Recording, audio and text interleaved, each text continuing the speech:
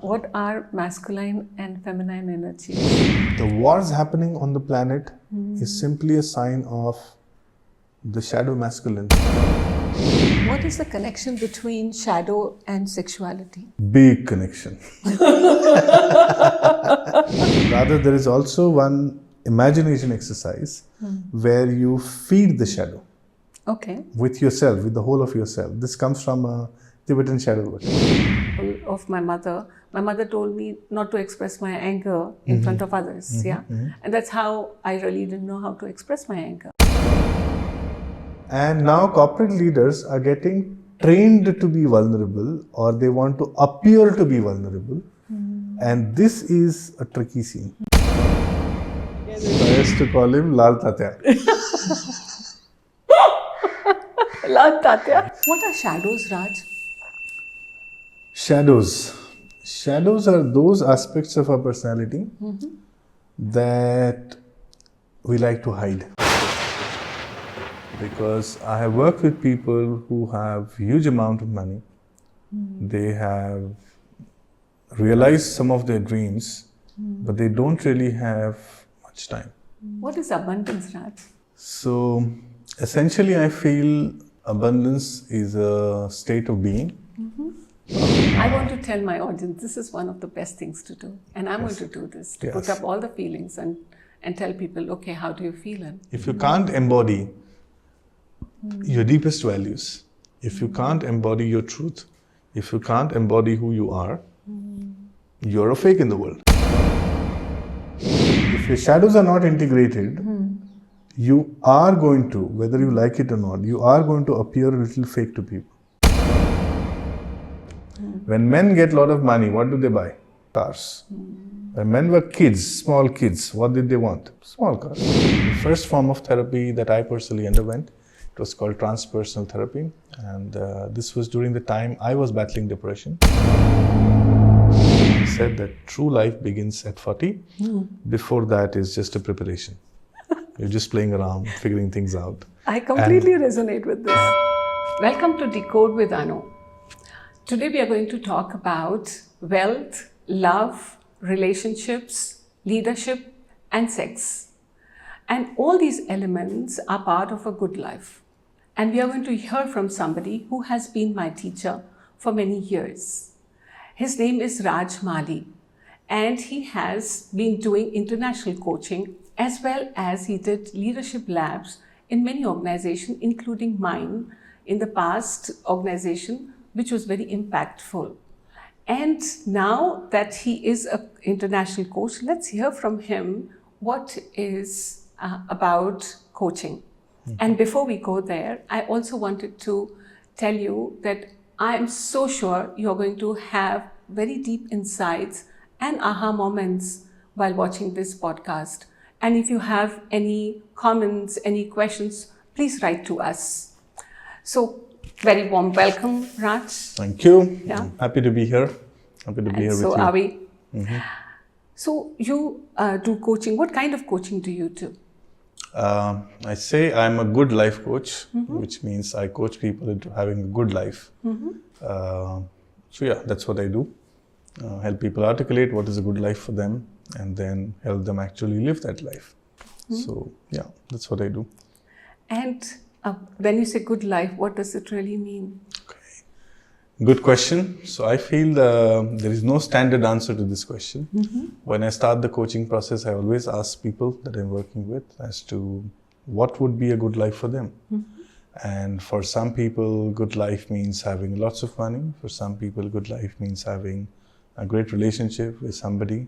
Sometimes a good life could be they are already doing well and they want to now leave behind a certain legacy.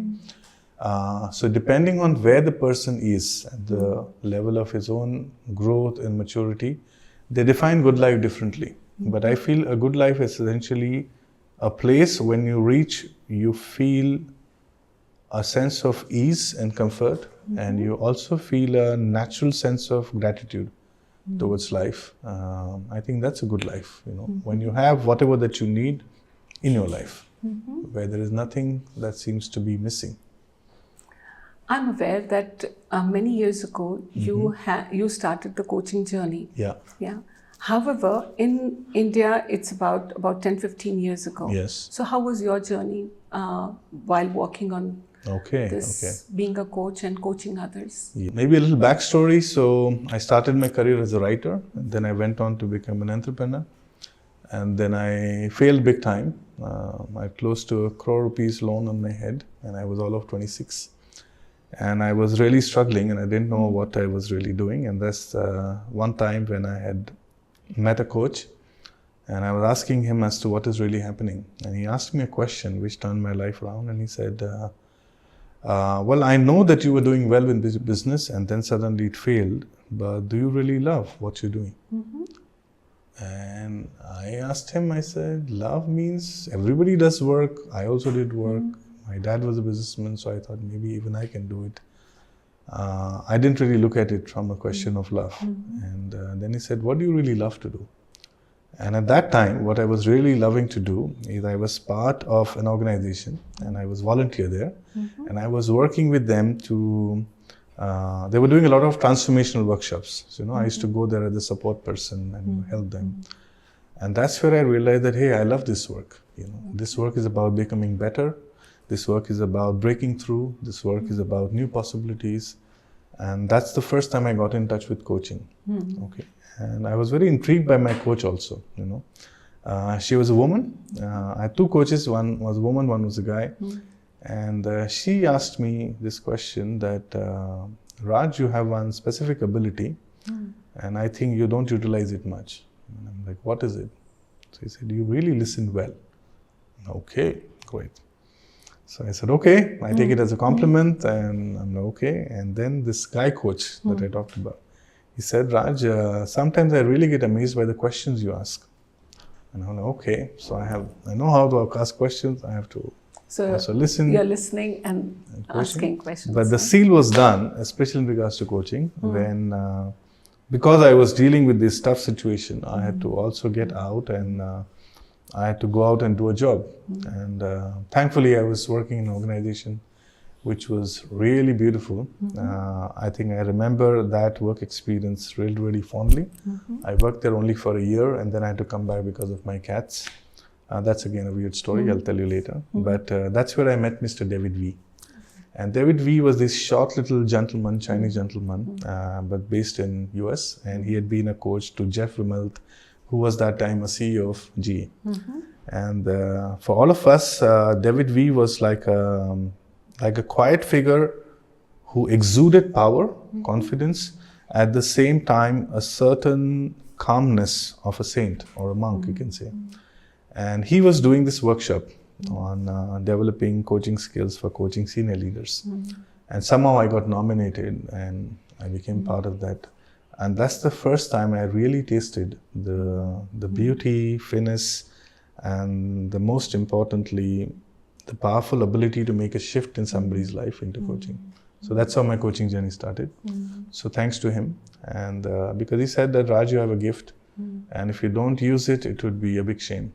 Not just for you, but for the world. And for me, those words were like too much. I'm like, oh, what do you mean by the world? He said, well, we'll need good coaches. We'll need people who can truly listen, ask the right questions, redirect people. I'm like, okay. So that's how it started. Yeah. And today, do you think that coaching is really getting, not really importance, but many people need to be coached? Yeah. And what is the difference between coaching and therapy? Oh, wonderful. So coaching is simply a process of helping person to get from point A to B, no matter what area of life that he chooses. And the job of the coach is, he is more like a course corrector. Whenever the person goes off, because most of the work that has to be done, the person is doing who's being coached. The coach is more likely a person who's managing the rudder of where the ship is going. Okay. That is coaching. Okay. So coaching is all about tracking performance, where somebody is, what somebody is doing, not doing. And it's also about learning to shake the mindset of the person who's approaching something. Okay. Therapy, on the other hand, is a completely different ballgame. Therapy, I believe, is all about learning to pay attention to what you have not been paying attention to. Okay, like the first form of therapy that I personally underwent It was called transpersonal therapy, and this was during the time I was battling depression. And it was very difficult. I tried coaches and it didn't work, because therapy you need when nothing else is working for you. Okay, and hence that's why I coined this term called therapeutic coaching, because I felt that these two have to merge now. Okay, the beauty about therapy is therapy actually first slows you down. It gets you out of thinking. It gets you in touch with what you're feeling. And then it makes you experience feelings that you're constantly trying to avoid in a very safe space. Because once your body, your personality, your psyche can process that feeling and it gets integrated into your personality, you become free of it. And then it affects the performance again, then it affects your sense of well-being, then it affects how you show up in your world, show up in your relationships. So therapy in that context is quite essential in today's times, because we have entered a world which is too fast. And hence therapy is a good stop. It's about taking a pause. It's about taking a pause. It's about learning to pay attention to what you really need. It's about really slowing down and encountering everything that you don't want to encounter, that you don't want to face. And hence I believe that when they come together, it's a powerful concoction. So at workplaces, when we have the small circles and we ask people, okay, let's do a check-in. How do you feel? But quite a few of them, they do not know how they are feeling, because they have never felt. And they really also don't know how to express it. Probably it's deep conditioning, which comes from the past. Like I'll give an example of my mother. My mother told me not to express my anger in front of others. And that's how I really didn't know how to express my anger. Eventually I learned through different therapies and workshops also that we did together.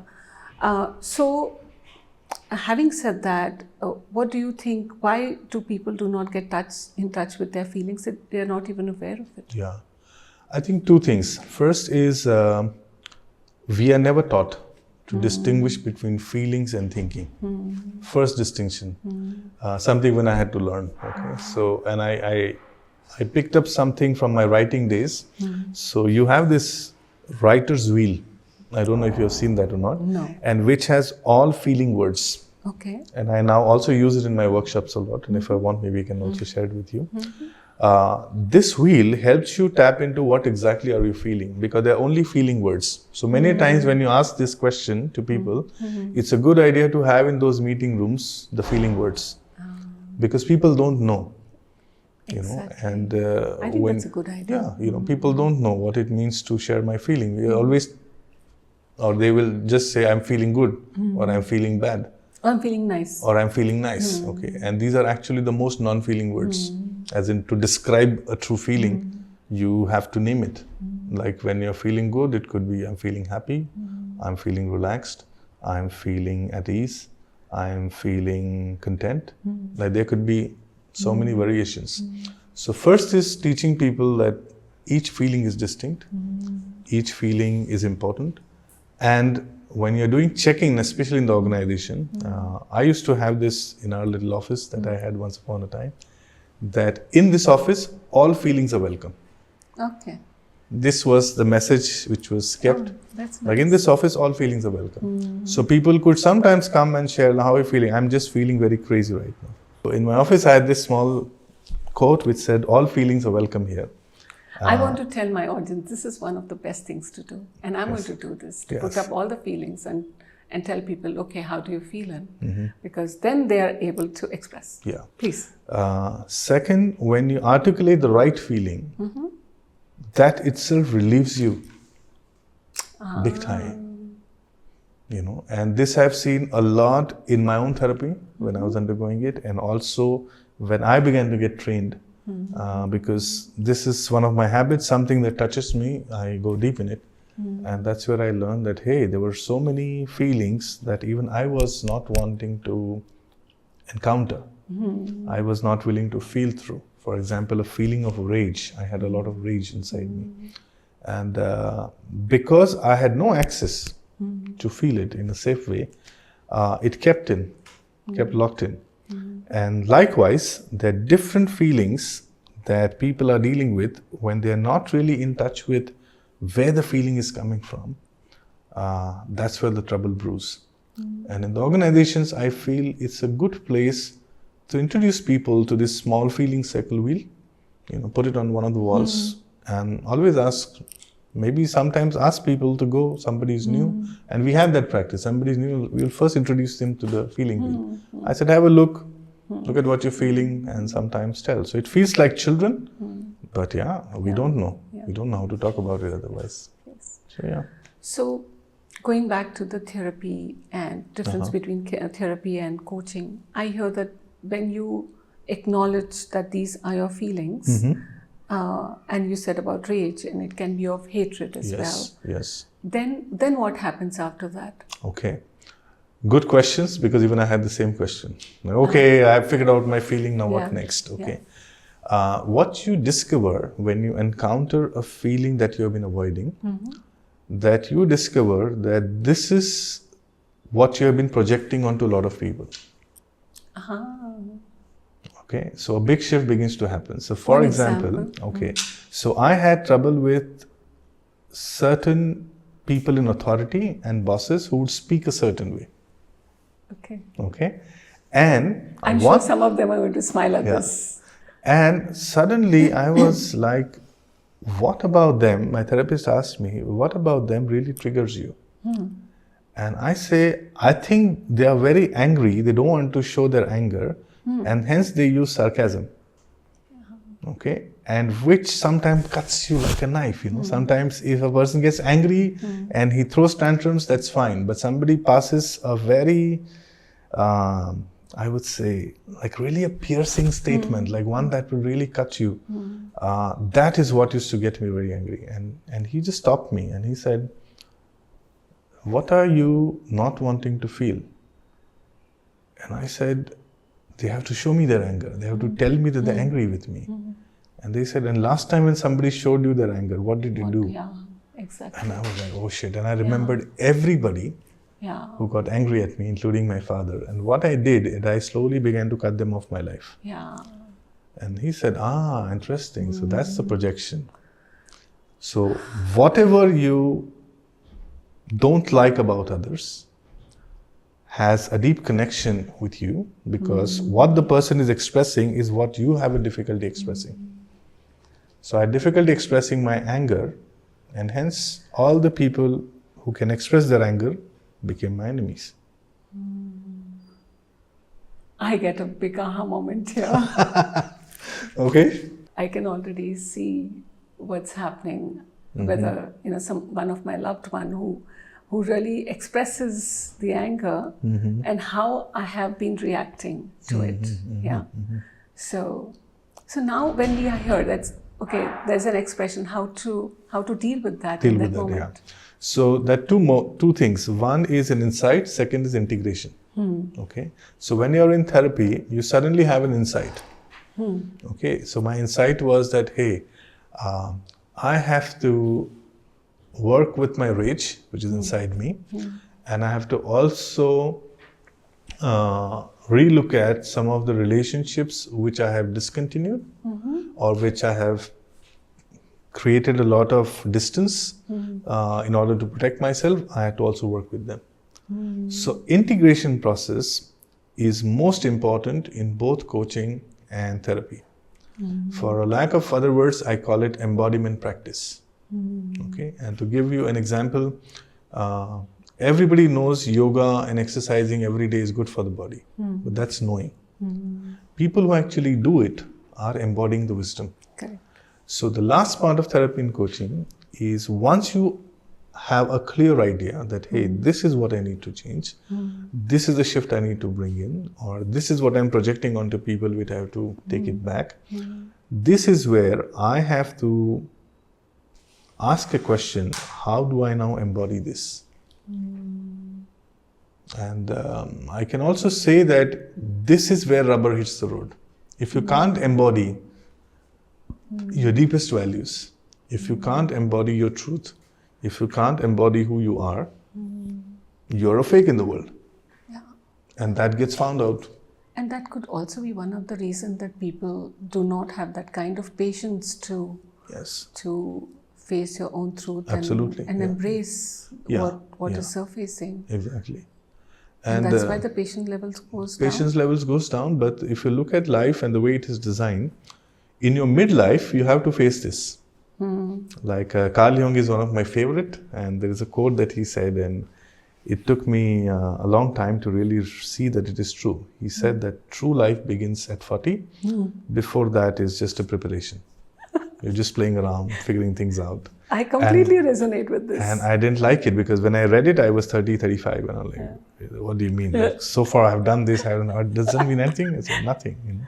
So life is also designed in a way that in the afternoon of your life, you have to face everything. And if you have to live a good evening of your life, how you live your middle ages makes a big difference. And hence, I feel that it's a good idea to ask, what is it that I'm not embodying in my life? And I always say that whatever you seek, if you learn to embody that, you really go a notch higher, no matter what area of life you're working with. So for example, if you're seeking abundance, are you embodying abundance? A simple question. What is abundance, Raj? So essentially, I feel abundance is a state of being. To make it simpler, also at the level of feelings, it's a way you feel when you feel that you have enough, whether it is about money, whether it is about relationship, whether it is about time. And I believe that abundance is a state of being in which you feel safe, you feel taken care of. And it also empowers you to allow your inner child to do what it wants. Inner child? Inner child. What is that? So for example, if you see, and I see this with many of my clients, that when they start their abundance journey, one exercise I give them is when they begin to attract the kind of money that they want to attract, I say that you have to do 3 crazy things which you always wanted to do since the time you were a child, but you didn't do for lack of resources, lack of money and all of that. And you have to really do it. So, for example, one of my clients, he had never traveled abroad. And when he started making money, I said, you and your wife have to go to this trip. And he's like, oh, it takes so much money and this, that, you know, like this is the first thing that they start with. And I say, you have to do it because otherwise whatever abundance you have created will go away. And he got a little bit scared. He said, does it happen? I said, yeah, all the time. And this is just my personal theory, that the abundance comes our way for a reason and purpose. And the fundamental reason why abundance comes your way is to heal your inner child. This is very interesting. Okay. For example, when men get a lot of money, what do they buy? Cars. When men were kids, small kids, what did they want? Small cars. Same happens with women. What did women grow up with? They're beautifying their dolls. They're building these nice little homes. So jewelry. So the first thing they want when they have abundance is they want to have a big house. They want to dress up well. They want to look nice. They want to buy beautiful clothes. So it's for your inner child. And whenever your relationship with your inner child becomes healthy, that's also how you attract abundance. So in my journey, I have seen that abundance or a lack of abundance is an expression of how you feel about yourself and how you truly feel about life. And it's also an expression of what you truly believe. And hence, if you look at most of the work that happens around the world in the realm of abundance, happens around altering beliefs. For example, we have been brought in with this belief, especially in India, that money doesn't grow on trees. Okay, and that's the first thing we hear when we're children. Okay, and you need to work hard. And you have to work hard.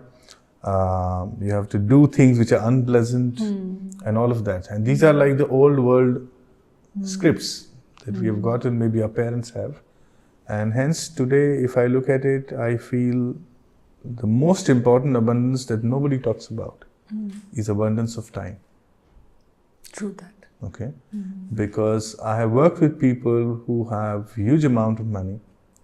They have realized some of their dreams, but they don't really have much time. Okay, does that mean somebody who is jobless, workless, and who has a lot of time is abundant? No. Because if in that time you are worried, there is no abundance. So my other definition of abundance is you need not when you worry. are free of worry. Yes, that's powerful. Now, how do we create abundance? For example, time Yes. abundance. Yes. How to create that? First step to creating any form of abundance is learning to be very honest with yourself and learning to be very honest with what you really want. So first step of creating abundance is, I normally say, sit with a pen and paper, articulate, confront to yourself, what do you really want? Let's say you said about abundance of time. Okay. If you want to create more abundance of time, you have to first come from a place of that you have a lot of time, which you are maybe now investing in places which are not really Adding value, probably. or sometimes you are doing things because you're supposed to do them. Supposed to do, yeah. You should do this. You should do them, okay? If you wish to enjoy abundance of time, I also recommend a small exercise. I say that go on a trip. It could be a, I would say, very budgeted trip also. But spend 2 days in a place where you could have access to everything, right from your books to your phones to video and whatever. And you could, and I would also supply a small list of things to do. Okay. So if you really want to have an abundance of time, I normally say you start with walks. You start with? Walks. Okay. When you begin to enjoy long walks, Without any social media or music also? Music, nothing. Okay. When you begin to enjoy that, and I'm using the word enjoy because initially you won't enjoy it. Because we you're are so addicted hooked to on something, to things. So when you free yourself and you begin to go for longer walks, you begin to actually encounter time. True that. Okay. And when you encounter time, you begin to feel that, oh, now what do I want to do? So I have this term, and this is thanks to my girlfriend who articulated it. So one day she misspelled. I was telling her how I'm spending my day, and she's like, it seems like you're making love to the day. And I'm like, I like that expression. So abundance of time is a time when you spent a day and you felt that you really made love to the day, which means you did things which were fulfilling, which truly made you feel at the end of the day very, very content with yourself. Maybe it brought you happiness, and you did what you love doing. So I feel that if you want to have an abundance of time, you got to know what you love. And when you go back in the evening or you hit the bed, you feel that you had a complete day. Yes.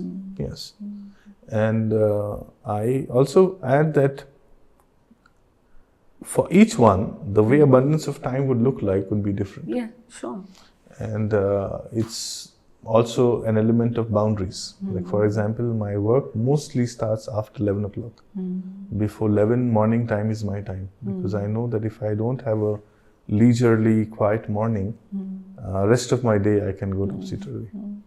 So abundance of time also deals with boundaries. What is the boundary that you set? I think I remember what you were saying, that you set a boundary after 8 o'clock, you won't go out for these parties and socializing. I think that's good. The moment you set a boundary, you already have access to that state of abundance.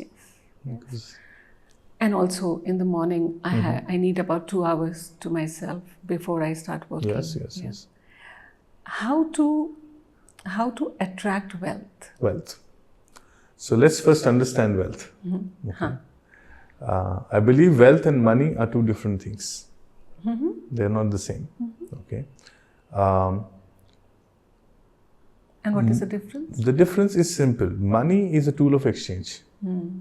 Okay. The moment you begin to create anything of value in this world, and if you are willing to trade it, willing to exchange it, you make money. Okay, that is what I say. Making money is easy. Being wealthy is sometimes difficult because we don't have that mindset. Wealthy is when you don't have to work for money. That's my simple definition. You don't have to work for money. You don't have to work for money. The moment you're not working for money, you're already a wealthy person. Little difficult. Okay, so for example, let's say you stop working today. Okay, I'm sure with whatever balance amount that you have in your FTs and whatever savings that you have, you will be able to live for a certain duration, which could be from 1 month to 1 year, 5 years, 10 years, whatever. Correct. Whatever amount of time you can live without having to work and think about money is the time you're wealthy. If you're not, you could be rolling in crores, and I have some clients, I call them, you are poor rich people. Because having money does not make you wealthy. Right.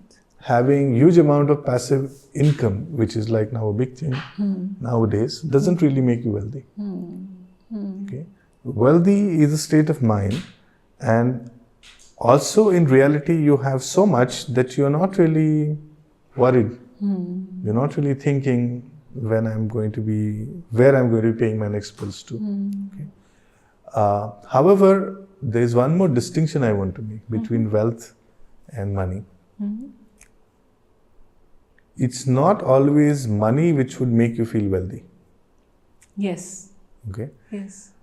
But money could bring you a lot of things, okay, which could bring you happiness, which could bring you good memories, which could bring you good experiences, which could bring you a sense of feeling alive, you know.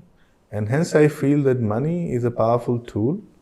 Yes, when you have a lot of it, you can build yourself to become a wealthy person, but that requires a certain mindset. For example, all wealthy people have investment mindset. People are only focused on money, have an earning mindset. And these two are different mindsets. And this is a journey even I had to go through. I was very good at earning money, but I was not really good at investing. And it took some friends, some dear people in my life, like my business partner Manisha. She was the first one who really got me to understand that wealth is different, Raj. And I began to feel that, hey, if I can make money, that means I can be wealthy, but which is not true. You have to really look at wealth from a point of view of, can I really do something which I really want to do, when I want to do, how I want to do. When I have freedom in all these, I am truly wealthy. When I have one of the thing is absent, in that moment you're not wealthy. But that's how I define it. Okay, but that is my definition of wealth. What is sacredness of money? So if you look at money as a thing, what is it? You can say it's notes, or in today's world, when we are in the world of GPay, it's digits. But if you truly look at money as energy, energy that can flow into your life, that's where money begins to become sacred. Sacredness of money is more like how you relate to it. For me, I am very pleased with money, and I also love money because I feel it helps me live my life the way I want to live. And anything that helps you do that kind of becomes sacred. So let's look at the word sacred also. Sacred is, if I have to go back to the old terminology, it's like something holy, or something which is very pure, something which is very simple yet has an ability to elevate yourself. When I use the word money is sacred, what I mean is money can also be ugly. Money can also be devious. Money can also be a limitation. Okay. But all of these things are your interpretations of it. At the core, money is a very neutral thing. Money is money. Money is like, if I have to bring out a note is a note. Okay. Wow, how I relate to it defines the sacredness. And I guess here Indians were quite wise. So if you see, we have this term called Lakshmi. And what does Lakshmi really mean? It's a certain way that you experience life. Okay, and there is this whole dimension of Lakshmi Putra. Okay, the one who is the son of Lakshmi is somebody for whom he doesn't have to think about money. Okay, so money, it's already existing. It is already existing. It's something which simply is, but it is your relationship to it is what makes it sacred or profane. Okay. In today's time, I think what we are more used to is the profane use of it, like the shosha of the world and crazy stuff that people do with the money. I know of a millionaire who went out on a cruise. He took all his friends with him. They all were outside, and his dream was to burn this cruise boat because he could afford to do it. Now, if you see, you don't know the craziest thing people do when they have money. But if you ask me, that's simply a sign of the unhealed inner child, which wants to do these things. So when you do these things, your relationship with money shifts. Then it is only becoming an expression of your own inner unhealed child or demons, and that's how you express it. And the second way money becomes sacred is how you use it. What purposes you use it for. I don't define it from the context of good and bad, but I define from the context of, if your money is not truly empowering you, people in your life, people you work with, then you don't have a sacred relationship with money. But when you have that, when the money empowers you, it empowers people in your life, it empowers people you work with, then I could say you could have quite a sacred relationship with money. It's also when you spend, Raj, for others, when you're paying bills, for others. And how do you feel at that time? Are you expecting that person to do the same for you, or you're doing it out of that Sure, I want joy. to joy, that you and you enjoy paying for others. True that. So that also brings out the Lakshmi consciousness. Yes. And it is also said that Lakshmi is chanchal. Yeah. It doesn't stay at one place. But you also see that with some, like if we talk about rich families, it really stays, it's stable. But with some it goes up and down, and some people that I have seen who have received wealth but they have lost all of it. It really depends on how you use the Lakshmi consciousness and where you're spending. How do you feel while you spend that money on others and on yourself? So when you go shopping and you feel, oh no, I should not spend here. So you're not valuing what is coming to you, as well as you're not valuing the money that goes out. True that. And I feel that the brilliant thing about money is it only reveals who you are. Okay, and there is a very famous dialogue by Jim Carrey, and I quite like it. And he said that, I really wish everybody should become wealthy and rich very soon, so that they realize that that's not the end of it. Exactly. And this I've seen time and again, even myself, that when you begin to attract abundance, you begin to have new desires. And sometimes the desires really baffle you. And maybe you had not thought about them when you had no money. And suddenly you have them. And hence money, along with it, brings in a huge potential to know yourself. That's how I always look at money, from a place of, you got to have a positive relationship with it. I think one of the biggest blocks of abundance is people have been told that money is the root of all evil. Now, if I have this mindset that money is the root of all evil and I'm going to earn money, I've set up a war inside me. So true. It's like, do I want to become a devil? No. Then... And that conflict keeps happening. Yeah. And that's why there's scarcity but not abundance. There's not abundance. And this is also in context of spirituality. Through that. Yeah. So if you are spiritual, then you should not go go behind money. True that. And you should not have money if you're spiritual. But this is such a wrong belief and myths. Yeah.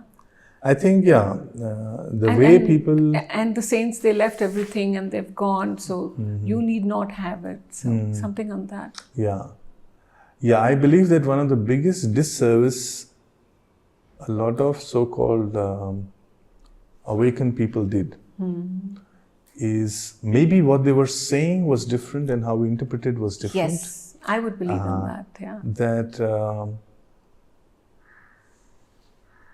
that what they were talking about when they talked about you have to be free from the attachment to money, or let's say the attachment to wealth, they were talking about an internal phenomena, how you relate to it.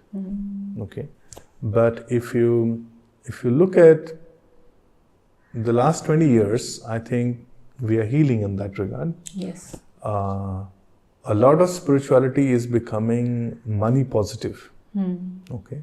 And I'm quite happy and glad to see that, because we come from this tradition where it was almost inculcated in us that if you have too much money, you have to first let it all go if you have to take the first step towards your spirituality. That's how it was positioned. Okay. But here is what I love is what Osho said. He said, if a pauper one day comes up and says, I want to leave everything and I want to go in seeking of God, he said, it's not a big deal. But if you have been a king, or if you have created something and then you leave it for that pursuit, then that means something. So I feel that if you are not really good with money right now, and if you are listening to this, making money could make you more spiritual. Yes. Rather than attempting any spirituality which is not embodied. And I believe that the more you begin to truly honor your being, you begin to attract. And this process is distinct for each person. It doesn't happen the way we imagine. I still get surprised by it. But I feel that it begins when you drop the conflict that if I am going behind money, then I'm not being spiritual. Or if I'm being spiritual, then I have to let go of money. I think that's one freedom we have to seek. Raj, what could be two most powerful tools for self-exploration? There may be many, but two that the audience can use it. I think personally I find journaling is very powerful, and second is intentional traveling. And I love it because I feel that traveling, we don't really see it as tool, but if you look at all the old traditions, a lot of spiritual traditions, if you look at, they have always had this whole one element of doing some kind of a pilgrimage. And I was always very fascinated that what could be the connection, whether you're on a spiritual journey or even, when I was a kid, I remember when somebody in the house used to not be well, sometimes the doctor would come and he would say in Marathi again, so hawa pani change kele paile. Which means you have to send this person away to some place. But as I grew up and as I began to experiment with different self-help tools, I think these two really kind of stuck with me. And I find them to be most useful when they're used together also. Like most of my travels, I always carry a fresh journal. And it's like for each of my long travels, I have a small journal. I may not finish the whole journal, but I would like to have a record of my own reflections and what I'm doing the travel for. So what is journaling? I have been doing it for years, but I want you to tell in detail. So journaling, I would say in the simplest term, is your ability to express what is happening inside you, in your inner world, out onto paper. Yeah. That's simple, okay? But what journaling can be used for is much more than that, okay? For example, there's this very powerful exercise which I think Julia Cameron talked about and which I highly espouse. It's called morning pages, okay? Anybody who's feeling stuck, whether in the area of money, whether in the area of creativity, you could be a writer, director, in any creative field, if you're feeling stuck, I normally recommend you do morning pages, which is you get up in the morning and for the first thing that you do after you're brushing your teeth and all that, or sometime even before that, you sit and write for 3 pages. And what you write, it doesn't matter. Yeah, exactly. Whatever that is going on in your head, it's like a personal catharsis process without having to bother anybody, without having to shout. You can write there, I'm feeling crappy, I had this great nightmare, I'm still thinking about my anxiety, whatever that is going on, you just put this up. So this journaling, I call it the dumping journaling. So you have to have a dumping journal. So I use my dumping journal in the morning where I dump stuff. Okay, if I've had a bad day, if I've had, let's say, an altercation with somebody and there are things which I couldn't say, my dump journals knows everything because I dump it there. A, it is very good for your mental health. B, once you have done that, you actually feel relieved. But the beauty of that is you have to do it. And then you create space in you to get more exactly. maybe fresh ideas, fresh thoughts. And it's then a you way feel of different like, also. it's like an inner cleansing. Yeah. It's like a cleansing too.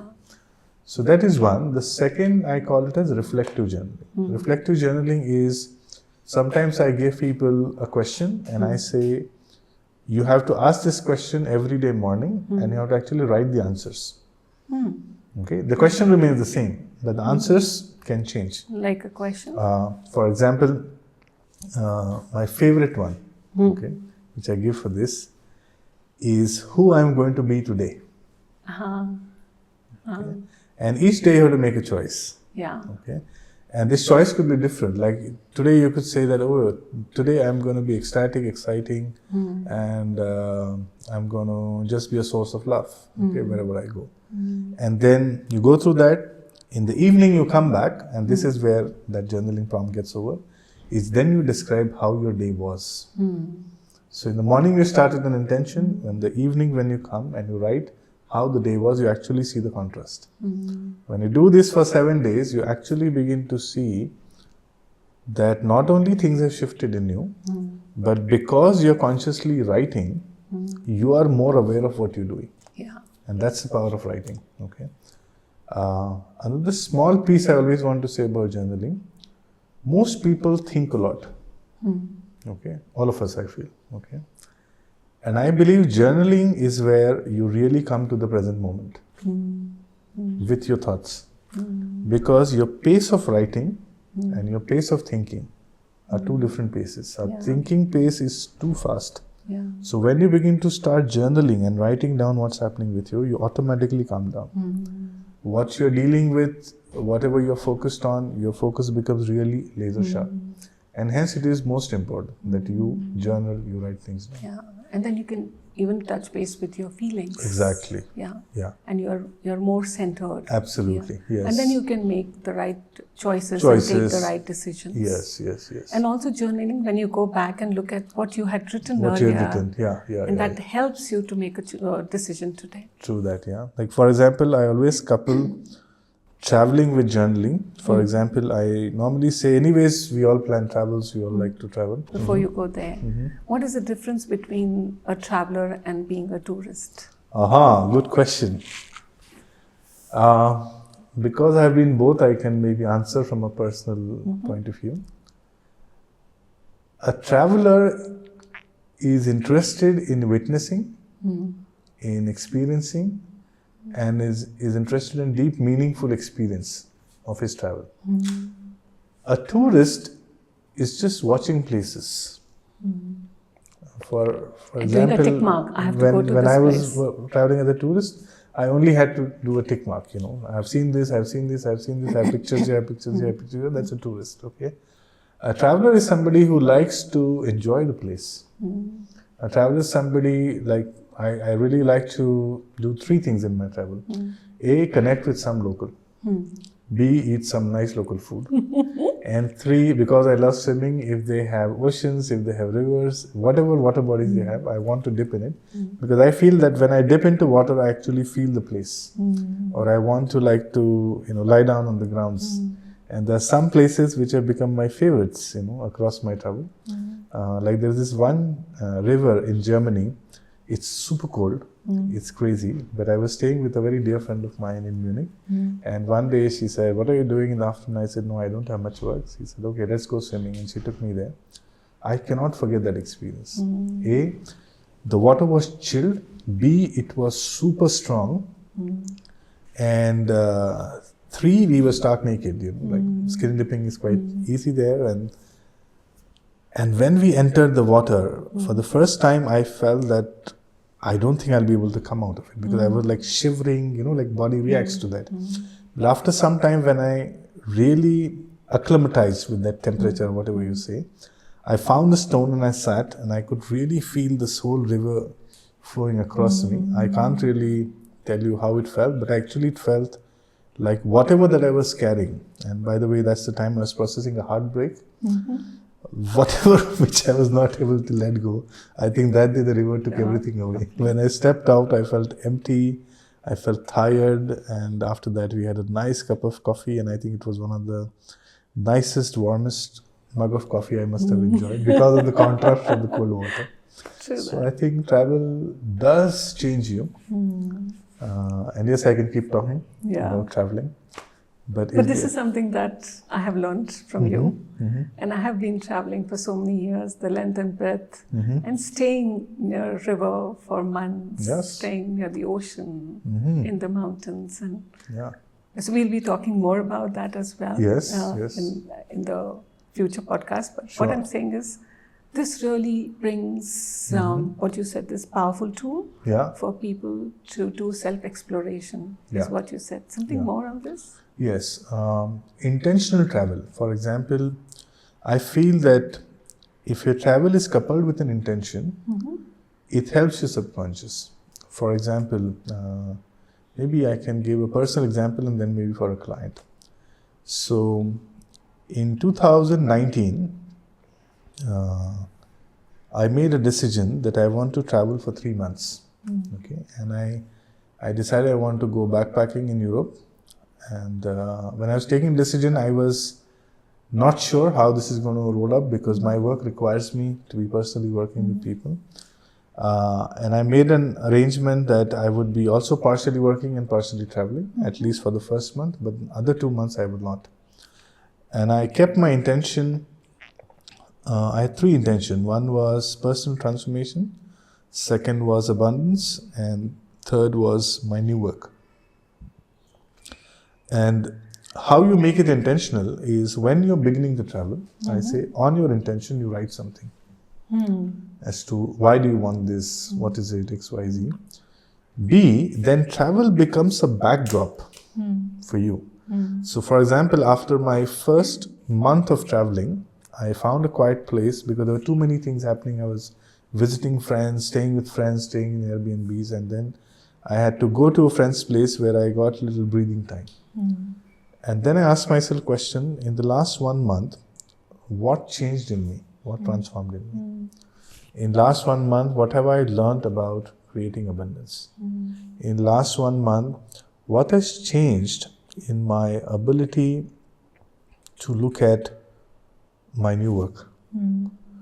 And believe me, by the time I came back from travel, I remember when I came back, I was so inspired to do a taboo workshop that I immediately came back and announced that I said, this is what I want to do first. Okay.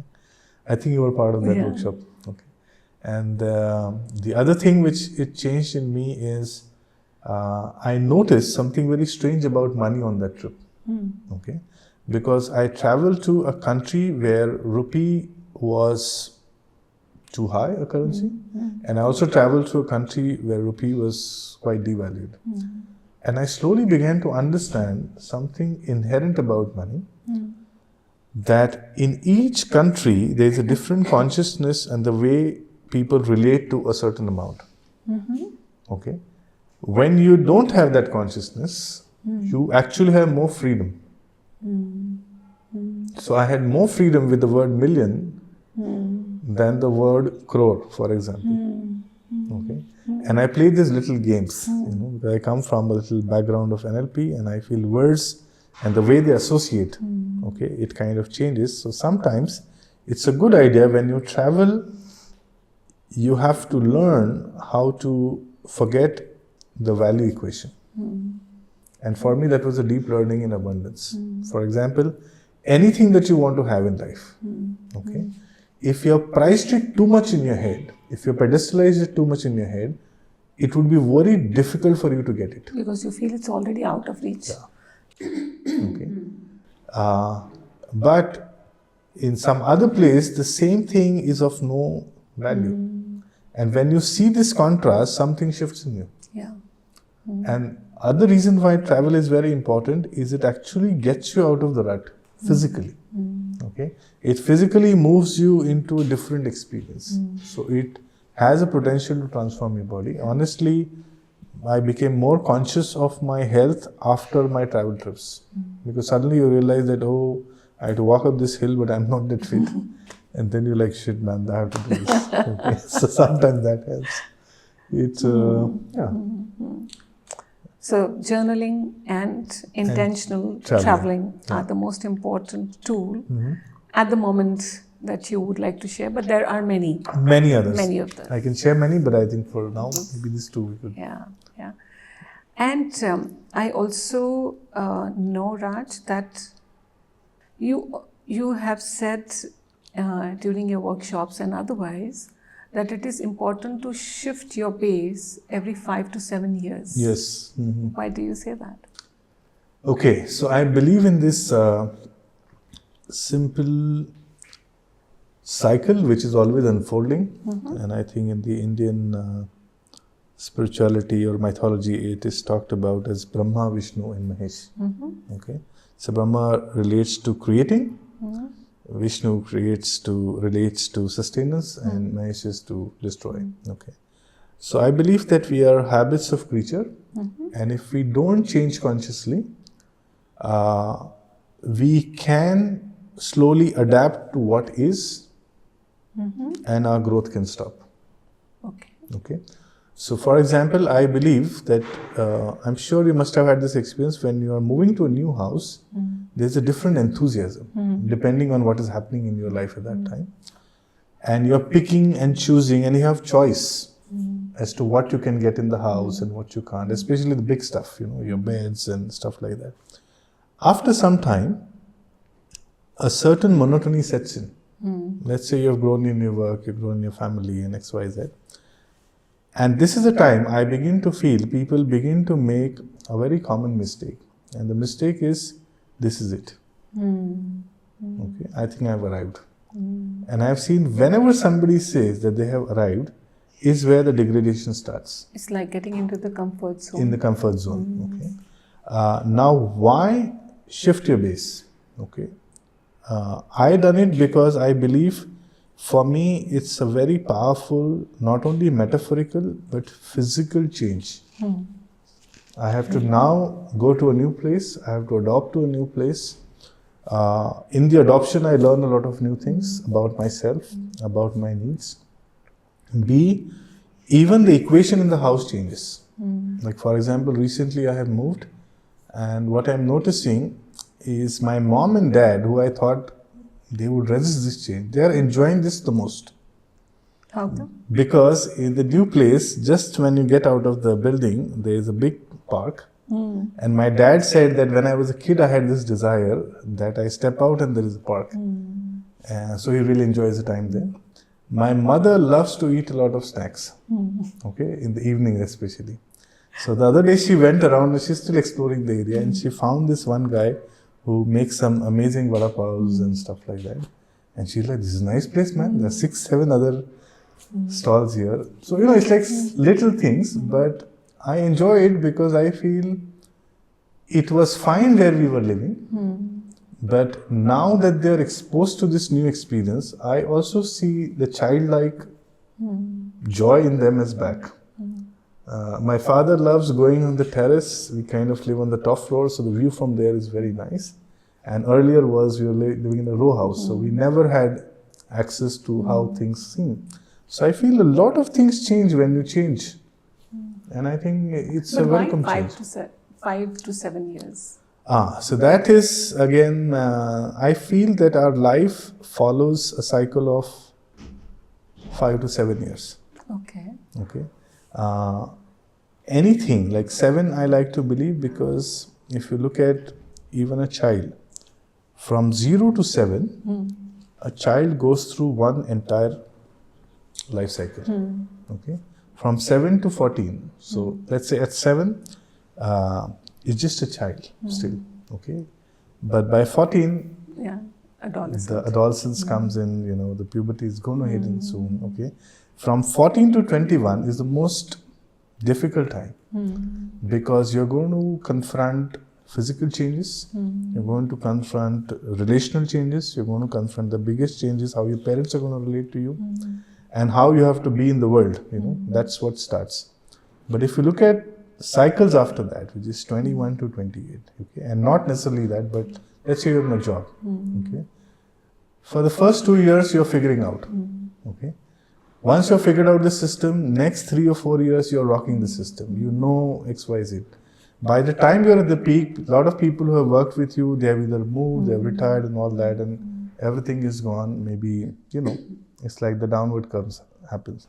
Now here, if you stay there longer, but the funny thing is coming up for me. So what about relationships? They say it's a 7-year itch in marriage. However, what do you say? In relationship, they have to change. No, I don't mean to say they have to change relationship. But every 5 to 7 years, it's a good idea to ask who we have become as a couple. And is there a possibility that we can change this? Okay? Change what? Change what? Like, for example, I hope this is only meant for adults, so I can say, like I say, once your vanilla years are over, which is the first 2-3 years of marriage or whatever, you should explore some kink.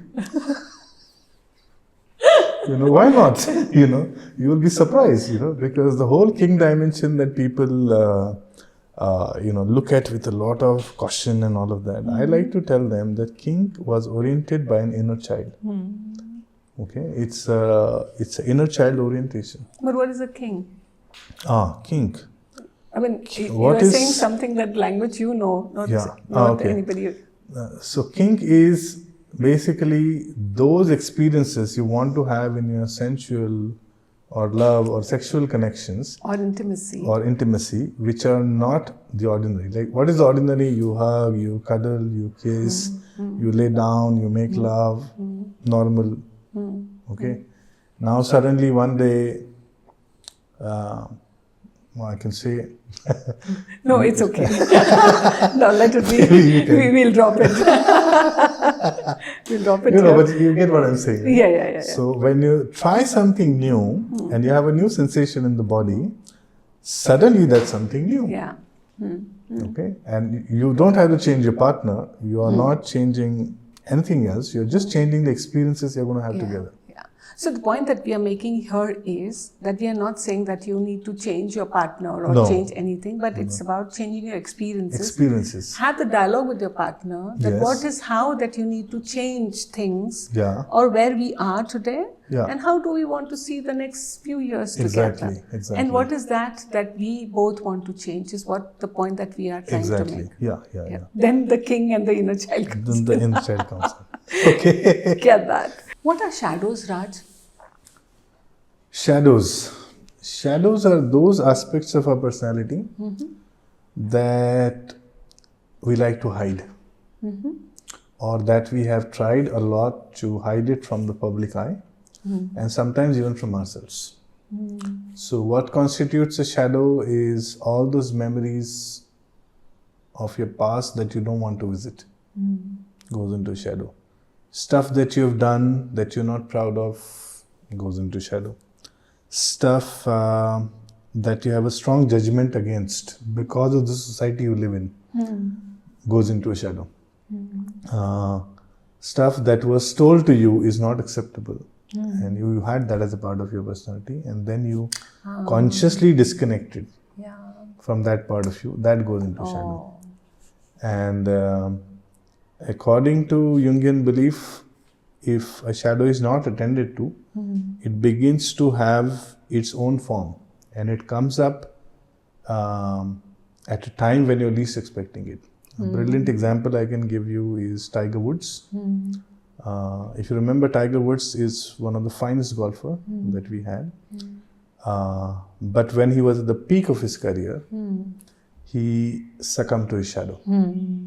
Okay, and I don't want to judge it because I can understand it. But that's how powerful shadows can be. They can catch you at the moment of unawareness, and you end up doing something for which even regret is not sufficient. Okay, and hence I feel that one should do the shadow work not to avoid the embarrassment, but if you don't integrate not so good a part of yourself, you are never fully present in any relationship. Shadows, if not integrated, you can't be honest. Rather, one of the biggest shadow, which is lying, for example, okay, exists because we don't have space to tell the truth, which is true. But if this is not dealt with, I find it very difficult to attract a loving partner because my shadow doesn't allow it. Because if I have suppressed a lot of lying, or if that is a method that I've used to get few things, I cannot fully trust anybody. So true. And all the shadows are unconscious, right? They are blind spots. Yeah, they are blind spots, and they can suddenly come to awareness by chance coincidences. And those are also your opportunities to just step back. Okay. For example, if you have known somebody, let me give an example from an office. I was working in an organization, and I found that this guy who was always known to be super calm, super chilled, always focused on his work. And one day something happened, and this guy actually threw a coffee mug at his colleague. And we were all very shocked because this guy was the calmest person we knew. And we have never seen such a violent outburst. And then the way he began to abuse, you were like shell-shocked. Like, this guy can abuse? Oh my God. How is this possible? And this whole thing lasted for maybe 2 or 3 minutes. And then everybody came, calmed down, all that. And I was like, oh shit, I think, like me being me, I'm like, oh shit, I think his shadow kicked in. I hope he gets enough support to now to deal with it. But the most unfortunate part in any place, I would say, not just in India, is we only look at the behavior. And when we are only focused on behavior and always categorizing good behavior, bad behavior, then the person has no way to integrate it. But in this case, how could he integrate his shadow? The first step that he has to acknowledge that A, yes, he can be abusive. B, yes, he has violence in him. C, yes, he has a part of him which seriously wants to harm the other person. He has to first acknowledge this truth. Okay. Most of the shadows fester because we don't want to accept the truth. That's the festering ground for shadows. I know of a guy who kept on putting on this mask of a nice family guy, but each time I would interact with him, I would say something doesn't fit right. Like sometimes we get this feeling with people. And somebody who is really positioning or projecting as being really calm demeanor, also really, when you look at him or her, you feel no, there's something amiss out there. कुछ तो अलग है, अंदर है. Okay. And one day of the same guy, his not affair but affairs came out, and then it was very tragic for him because, like in his word, when he came to work with me, he's like, everything I did to protect my image collapsed because of this one slip up. And I said, hang on. It wasn't a slip up, it was a nature's wake up call. And this is what I want to always say to all the audience, that no matter what you're trying to hide, know that it will come to light. And truth will first piss you off like nobody's business, but then it will set you free. And this is something I would not want anybody to forget or take it for granted. If you're messed up, the mess is going to come back. The reason why I feel the shadow work has to be done is if you don't do shadow work, you don't become whole. And you get lost into being a good person on this planet. And I've seen most of the worst thing on the planet has been caused by so-called good people. Yeah. And one more thing, so there are a couple of things, but before I go there, you said about good people, you know, who project themselves, and especially in the realm of spirituality. Yeah, it's always like everything is good, everything is good. But you know, when you look at them, things are not really good. So again, they have put those things behind unconsciously and said, okay, this is not a part of me. So these are your demons as well, right? And then you really have to feel that you have to get them together to feel whole and complete. Yes, you have to accept that. Accept that. And what stops us? Well, what stops us is two specific things. First is we feel with our shadows we won't be accepted. So it's about being accepted by the world. Being accepted by the world. Not about you. No, and second is you. Yeah, but you're not accepting it because you feel that you will not be accepted by outside. No, it's like a chicken and egg. I feel that sometimes when you accept something about you, it's easier if at all somebody outside judges you because you accepted. And then you don't seek that validation. But if you haven't accepted it, it's like, if I can't accept it about myself, how do I expect somebody else to accept it about me? The point I was trying to make was the fear of your image outside. That's why. The heart of the block is fear, you can say. Fear stops us. And second? The second piece, what stops us from integrating our shadow, is we are going to enter a space of unknown. And we don't know who we will become if I accept this. And people have crazy imaginations. Oh, then I will go wild and I will do this. No, you won't do any of that. Rather, if you don't do it, then definitely you'll do anything.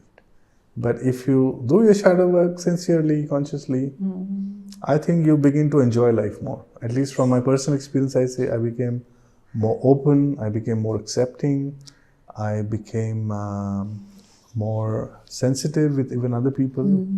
And the most important in my relationship to myself is it's quite a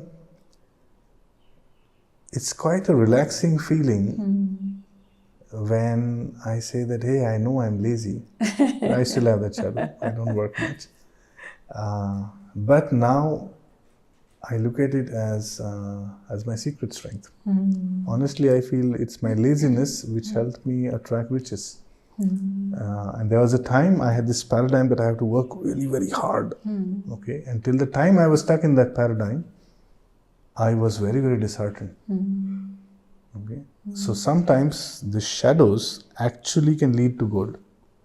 So when I truly accepted this laziness and why this laziness exists in me, I realized that my reason was I needed a sense of space and time. I'm a spacious person. And what is laziness is my shadow's, I would say, feeble attempt to replace spaciousness with avoiding what is important to me. And most of the stuff we struggle with, there is a shadow behind it.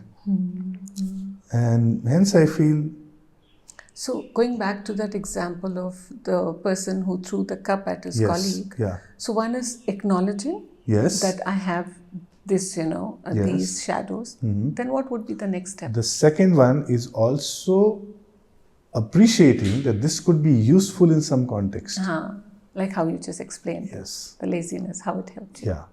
So it has to be, the second step has to be seen, because if you see the power of it, okay, then everything can change. Power and also the intention behind it. Then everything can change. One more facet I find for integration is you embody it in your day-to-day living. That is the best way to integrate a shadow. For example, for the same person, okay, if he acknowledges that he can be abusive, he can be violent, and he can lose his stock. If he accepts this, okay, he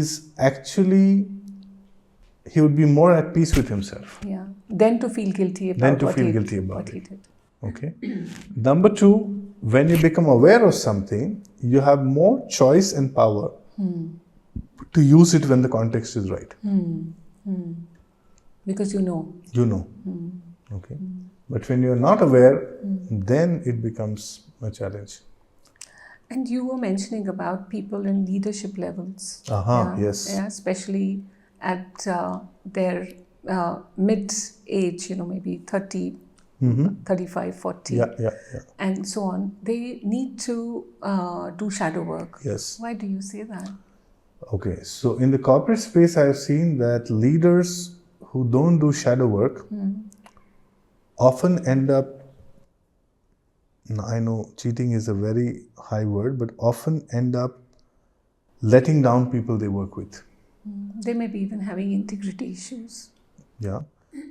They could themselves fall into very serious trouble if they don't do it. Okay. Most importantly, their impact on people and also the kind of example that they're setting.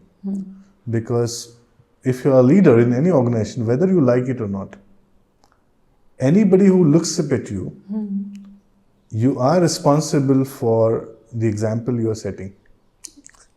If your shadows are not integrated, you are going to, whether you like it or not, you are going to appear a little fake to people.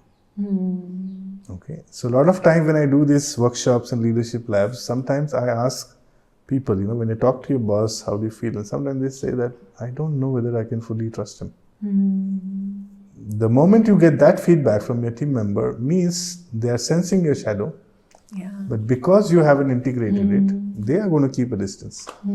This is another amusing gift we have as human beings. We sense people's energy. We have a sense of something being a little off, and our guard comes on. Yeah. Okay. People who have done shadow work, I will find that others in their company feel very safe. Yeah. Yes. Okay. They feel pardoned very easily. Yeah. And they feel deeply accepted. Yes. Yes. Because here is somebody who's accepted himself, who's pardoned himself, and who's integrated. And that's a difference. More authenticity. More authenticity. Most important impact is on business itself. Yeah. Okay. Because when senior people don't do shadow work, they don't mind manipulation. They don't mind taking the customer for a ride once in a while. They don't mind doing stuff which may actually harm in the long term to the same organization that they're wanting to serve. Yeah. And all of this is happening because they aren't doing what is important for them to do. Having said that, it's also difficult because when you're in a leadership position, you can't be vulnerable also. It's like a paradox. And I love those people who have done shadow work because they know how to be vulnerable. Yeah. And being vulnerable is also being courageous. You have to be. Yeah. It's That's why you are. Yeah. So, Raj, then how one person, one leader, or any person, even at home, become authentic? So, being authentic was the toughest one that I have been through. Okay. Yeah. And however, many years ago when I did some work on myself and realized that when I became authentic, everything changed. Yeah, the whole world changed for me. Yeah.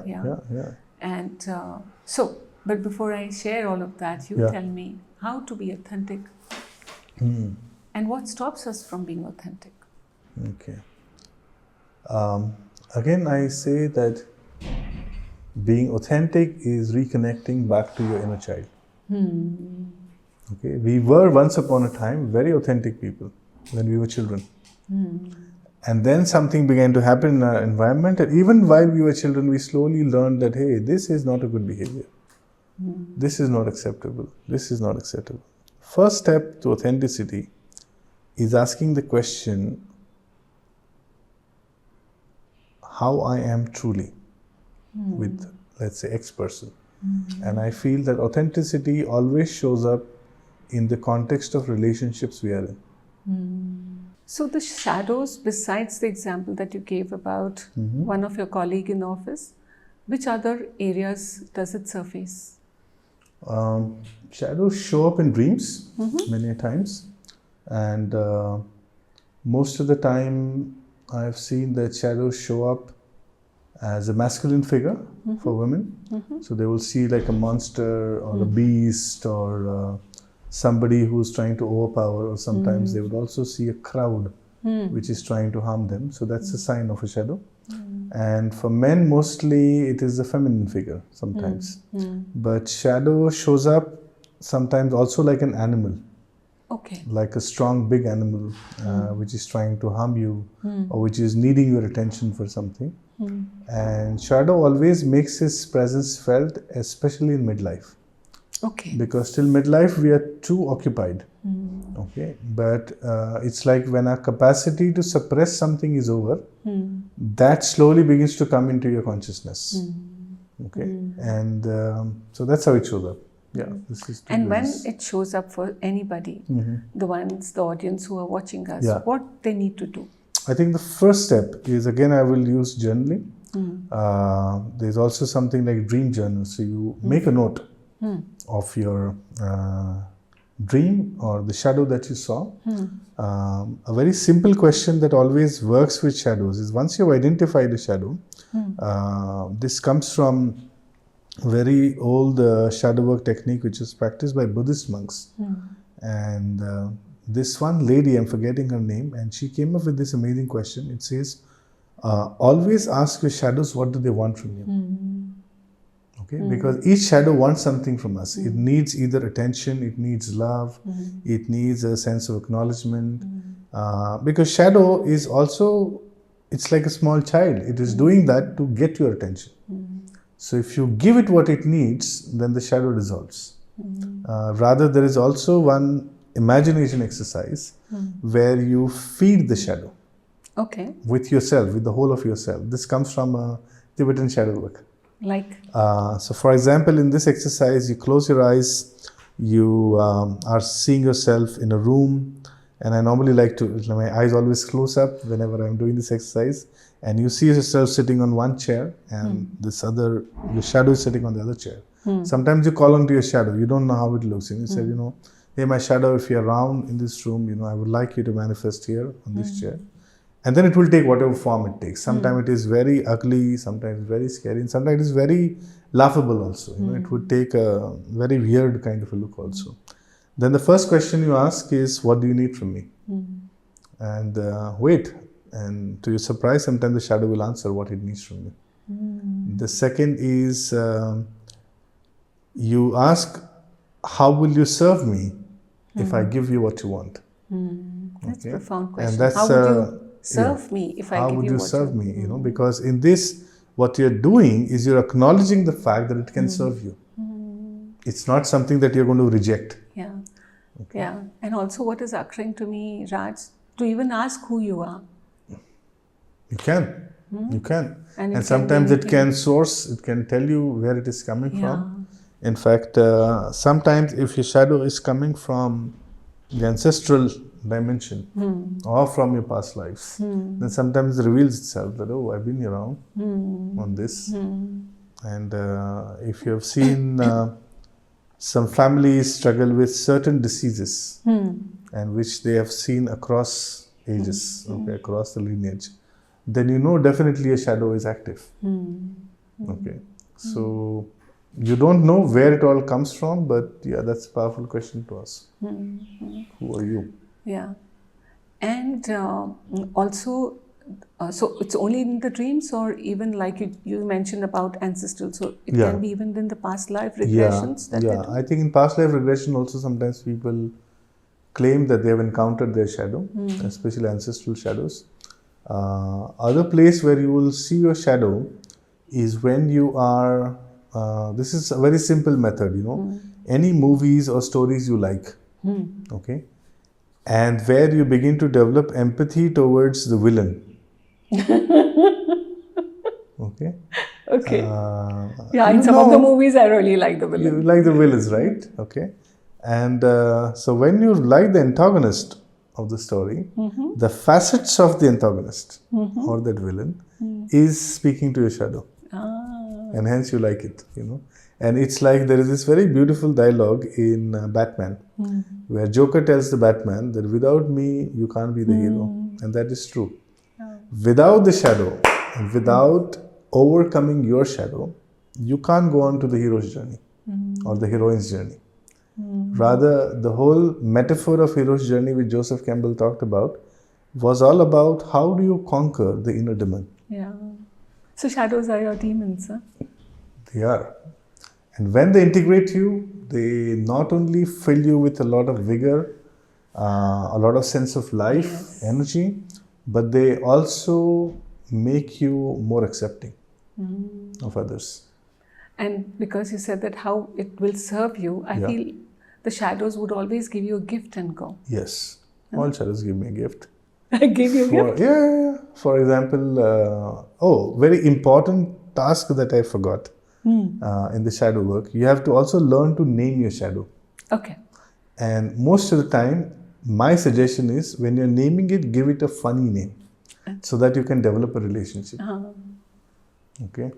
So, like for example, I can share, I was doing the shadow work with a woman. What is your shadow name? Okay, so maybe I can share mine, So, as you know, one of my shadows was this deep, angry man that I was when I was young. So, I lovingly used to call him. Okay, now I feel very embarrassed because it's going to be online. So it be. So I used to Why am I laughing? I think it's already a very. Yes. Okay, I get it. So I used to call him Lal Tatya. Lal Tatya? So Tatya, because when I was growing up, in my school there was a peon whose name was Tatya, and he was very scary. Okay, and Lal because now I'm not that fair, but when I was a kid, I was a bit fair, and then whenever I would get angry, my cheeks would get very red. So for me it was like Tatya and Lal, so I called him Lal Tatya. But because that guy was so good also, though he was very scary, as we grew up, we felt he's just another guy, he's just too tall, and that's the reason people get scared of him. But otherwise, he's a very gentle guy. So it helped. Okay. What is the connection between shadow and sexuality? Big connection. And let's hear that. Huh? Let's hear that. Okay.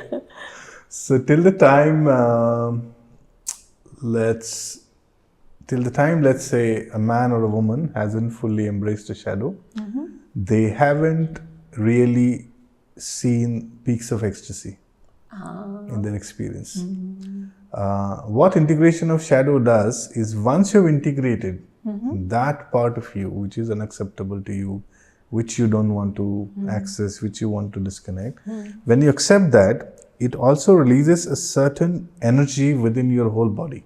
This is what Carl Jung used to talk about. I think that's where the genesis of all dimension of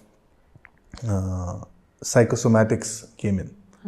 When a certain shadow is integrated, for example, for a man, when he integrates his feminine shadow, he actually becomes more sensitive towards women. Okay. Then just holding a woman is not a boring act for him, which otherwise men being men sometimes, that is like, that's how they think. When the woman acknowledges and accepts her masculine shadow, she becomes very vocal about what she wants. She becomes very clear about what is not okay. She begins to set her boundaries very well. She will not go into an experience which is not pleasant for her. But till the time that is not done, she will just go in with anything, and then she will unconsciously sometimes be in an abusive relationship for a long period of time. Exactly. Because she hasn't integrated the masculine side of the shadow. The second piece, and that also makes me say that then the woman and the man chooses the partner, whom they want to be in the intimate relationship. Yes. And it's like you feel that when your shadow is integrated, your presence, even during the act of love making, is truly, I would say, phenomenal. Okay. Otherwise, a part of you is always holding back. Okay.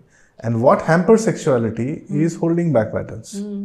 Neither the man is fully giving, nor the woman is fully giving, and then the peak of ecstasy doesn't happen. The sense of union, the sense of oneness, spending long time in an intimate encounter. One of the ways the shadows has affected men is this whole phenomena of 11 minutes. That's the max they can do it, and then it goes away. But people who have integrated their shadows, especially for men, I've seen, they are not so obsessed with the final act of ejaculation. They are truly in it to enjoy the process. And then it becomes more pleasurable for the woman. For the woman, when this happens, she feels that she has the safety to keep riding the waves of ecstasy, one after another. She is not afraid to ask for more. She is not afraid to tell the partner that, hey, I'm not done yet. Okay. And I feel that's what makes the relationship more juicy and healthier. So and it blossoms. It blossoms once it is integrated. If it is not, it affects it negatively also. Most men who deal with erectile dysfunction, I highly recommend shadow work first. Because when the psychosomatic knot clicks in, things change. At least I've seen it. Not with everybody, because sometimes some people really have a physical manifested issue in which they have to, I normally say, you have to consult a doctor and do whatever is necessary. But this happens even for women. If they haven't done their shadow work, they find that their ability to even open up to a more sensual, loving experience or even a new partner becomes difficult. Because what are they afraid of if they're not attracting somebody? They're afraid of the inner masculine. Because the outer is going to mirror the inner. I am so scared of the inner, the outer cannot come in. True that. So Great, very profound. While all this work that somebody does on herself or himself, the one of the most important milestone I feel is to become authentic. Yes. And why is it difficult to become authentic? One is, what is being authentic, and why it is difficult to become authentic. And then even in relationship, it shows up. So. I guess being authentic is as simple as being yourself, and hence it's very difficult. Okay. Because A, I don't know who I am, so I don't know who I'm going to be. B, being authentic is learning to speak the truth moment to moment about yourself. Okay, it's not about being the most honest person in the room. That's not being authentic. Being authentic is saying that, hey, right now I am feeling angry. Hey, right now I am feeling a little disturbed by the comment that you made. But you're taking self-responsibility. When you're being authentic, you are never blaming. You are saying, I am feeling this. Or I feel hurt because or you I said feel this. hurt. Okay. So I am taking ownership and I am stating the truth that I am indeed feeling hurt. What happens when we are not authentic is I don't say that I am hurt and my anger is bubbling up. You remember the times where you have not said something to the person and next 2 days you're talking to this person in your head. Okay. And that kills us. That kills our joy, that kills our mental time. It's like we have given free rentals to somebody to stay in my consciousness just because I didn't say what I had to say. What was the second question? I forgot. One was what stops us? What stops us? Fear. Fear of being perceived in a certain way. And the biggest fear about authenticity, sometimes it is also masked. We sometimes say, I'm not being authentic because I don't want to hurt you. the fact that you have done something which has the potential to hurt you is bigger than not telling. Yeah. I think this is where the shadow comes up. Okay, because I feel that if I tell the truth, I will lose love, and which is true sometimes. The other person chooses to not then interact with you or whatever. But till the time I accept the fact that it's not about each time, every time somebody else has to accept me, it's about actually testing. I discovered the more authentic I became, the more my friendships became deeper and real. Maybe very few of them. Not Very many, few of them, yeah. but Like for example, when I came to Pune in the year 2000, 2001, and I was recovering from my loss of business and this old life that I had in Mumbai, I very unconsciously began to tell people in the first 5 minutes of my meeting with them that, hey, this is my current situation. And it kind of actually helped me because people who stayed with me then, they are still with me now. They're still part of my very close heart connection, family people, because they knew my worst and they still chose to stick around. And then I feel when I come to my best, they should be the first one to deserve the love, whatever else that I have to share with them. And hence I feel authenticity helps you also find people who truly love you. Because they don't love you because of something, or they love you in spite of true. everything. It's like, as I say, that love is forgiving and love is forgiving.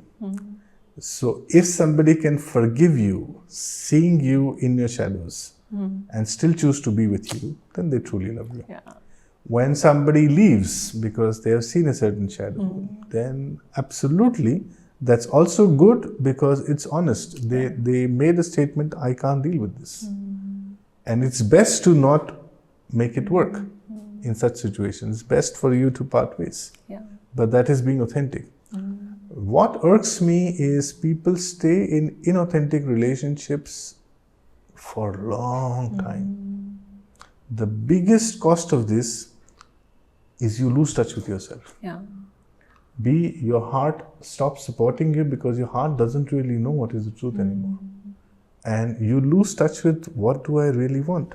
And that's how people get into toxic relationships. Toxic relationships. And they don't know how to come because they feel so comfortable in that. And I guess one of the ways I feel to avoid being in a toxic relationship is to be very authentic, especially to a person with whom you want to develop a long-term relationship. Okay. So I sometimes give these exercises, sometimes couples come who are newly married and all of that. And I ask them a few questions in person, in private, and then I know that, they don't share these things. And then I'm never the person who will say, she was saying this. And I say, okay.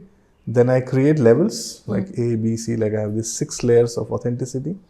And each couple then goes to, layer 1, do you share this? And then they go back home, they share that. Then level 2, then level 3. And then sometimes they feel that, I think now we are enough. I don't think I can be more honest in this because the fear kicks in. What if she leaves me, if she gets to know this about me? Level 3 is all about past processing, stuff about my past that I haven't shared with my partner. And I feel in today's time that is necessary, not only for building authenticity, but also for genuine medical reasons.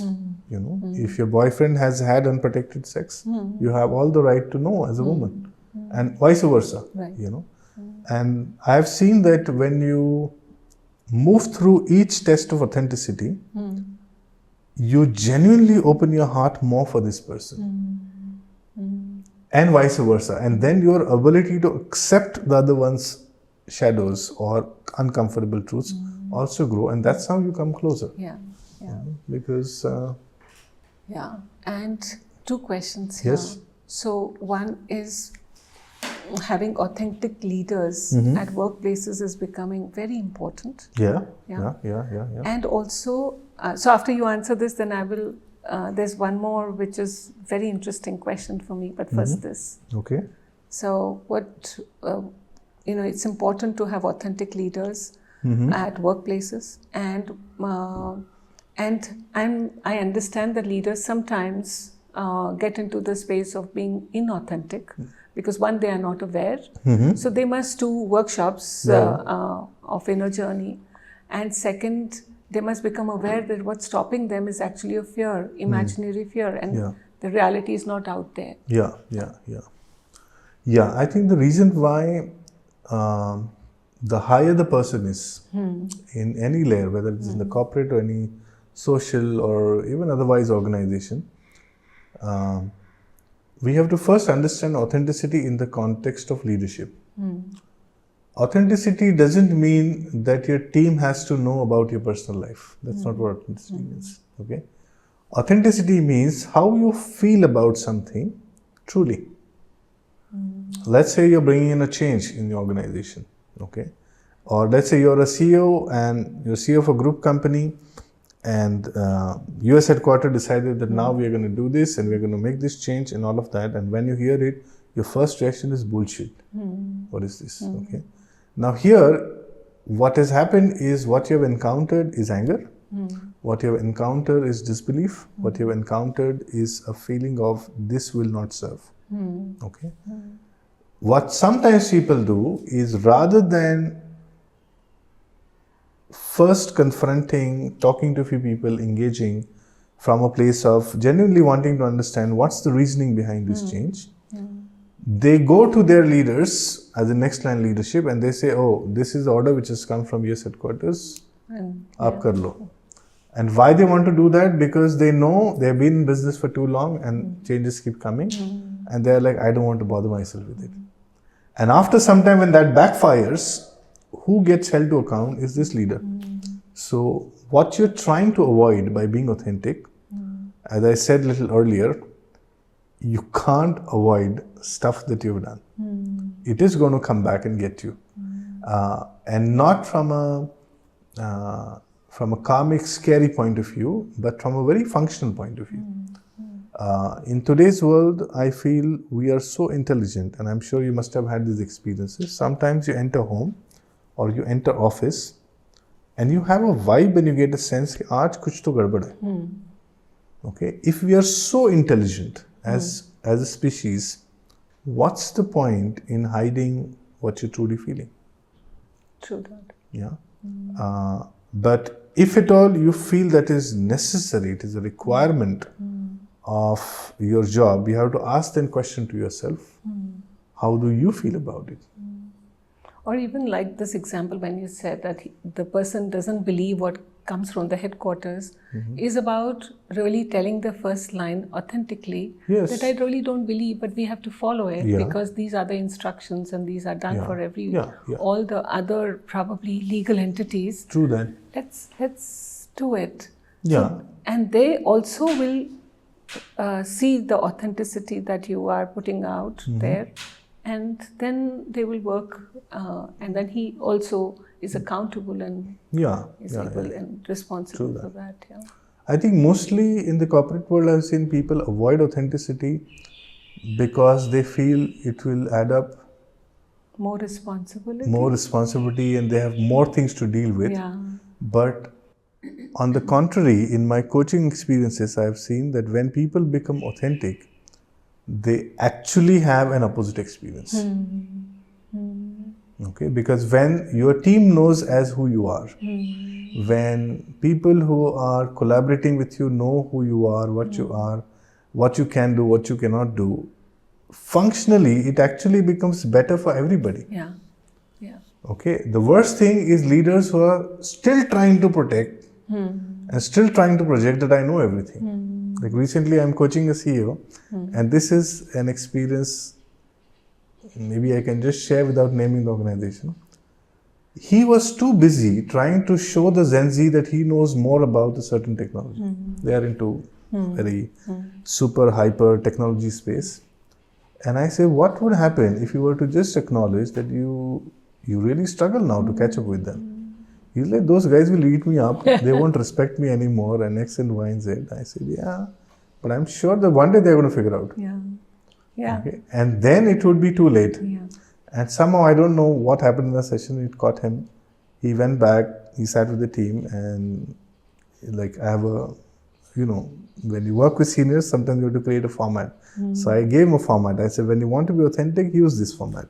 So he went back, he used the format, and he said something like, you know what, you guys are brilliant, and here I really find that I'm struggling, and here I think I need to count on you. But if you guys go wrong, we're going to lose in millions. Okay. So he also gave them a sense of importance in that sense. The first reaction, and he was telling me, he started laughing. The first thing that happened is 6 people were sitting, 3 of them looked at each other, and one guy actually did the. And he said, what happened? He said, honestly, sir, we could sense it from our first meeting, but you're the boss, so how would he say it? And then he said, okay, so now what do you think what we need to do? And they suddenly started, we can do this, we can do this. Suddenly my dashboards were filled up, which I had never seen in a long time. And they wanted to do stuff, and all I had to learn, and that's another thing I teach in leadership. The more you step back, the more the next line will show up. Yes. And it's really like a dance of salsa. Okay, my biggest lesson in leadership I learned when I was learning salsa. That you have to follow a pattern, but you have to remember it's 2 steps forward, one step backward. 2 steps forward, 1 step backward. And ever since he began to do it, he's like, I think I want to be more honest with my US partners. I'm like, go ahead. Because the only thing sometimes it is required is they have to see, hey, this produces result. Yeah. Because corporate world is all about results at the end of the day. So if they find a safe way in which they can be authentic, in which they can state what they really need, want, without having to worry about others' needs being violated, I think they do a great job. Great. Yeah. What is vulnerability? In plain simple words, vulnerability is the comfort of being in your own skin and being at peace with being who you are. What stops us from being vulnerable? What stops us from being vulnerable is all the experience in the past where we've been vulnerable, and then either we were taken for a ride, we were laughed at, we were made fun of, or sometimes we were perceived as weak, powerless. I think that stops us from being vulnerable. B, we always want to be in control of how our vulnerability will be perceived. And this is the biggest block to vulnerability, because by definition, the moment of vulnerability is losing control. You're fully surrendering and you're willing to tell the truth of what you're feeling, in that moment or about something. And when I don't feel safe, I stop. So the second facet, what stops us from being vulnerable is when we feel unsafe, we don't be. Okay?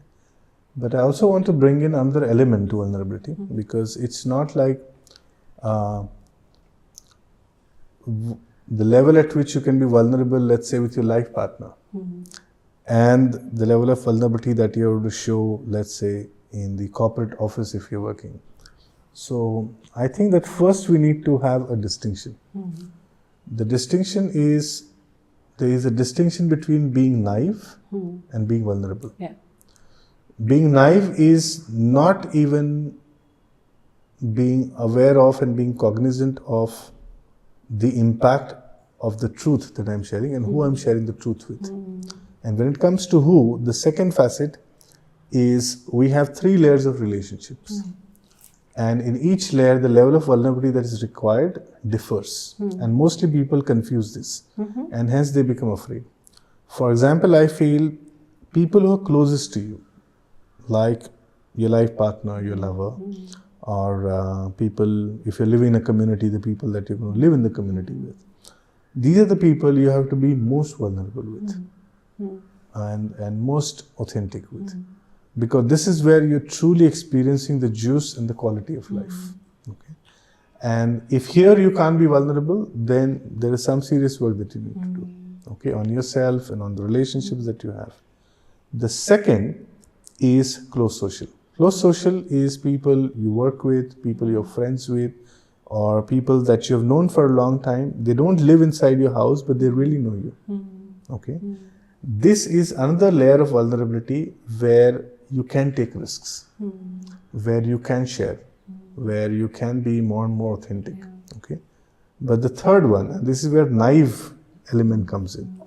You meet somebody at a party, you meet somebody at a conference, or it's a very, very formal kind of a meeting, and you're meeting somebody for the first time, and suddenly a topic comes and you vulnerably share everything about it. I feel this sometimes could be perceived as naive. You don't know where the person is coming from. You don't know whether they are really interested. Yeah. And many times I've seen that people express vulnerably in situations, environments where actually it was not necessary. Yeah. And then they have a trauma, and after the trauma, they're like, okay, now I'm going to stop being vulnerable everywhere. Yeah. And that's the tricky part.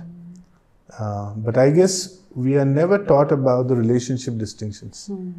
Because I think if we learn that, we understand that, oh, here I can be totally vulnerable. I can be safe.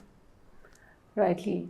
So this relationship distinction, when you really get to know, then you will be able to be truly vulnerable and create safe spaces at workplaces as well. Yes. Then you don't close your doors and have barriers. Exactly. There. Yeah. And in fact, I have a simple recommendation if you want to create more safe spaces at your workplace, is a paste that feeling statement circles, okay, in a meeting rooms. Check-in, okay. Get people used to that, okay. Number 2, write it or communicate it in your leadership address that all feelings are welcome here. Because when feelings become welcome, and when others see that, hey, okay, these feelings are welcome, this kind of a comment is welcome, people automatically begin to feel safe and they begin to open up. Yeah. And sometimes, if you're in a leadership position, you have to also demonstrate it. Okay, and this is where the catch is. Okay, and this is what I see nowadays happening.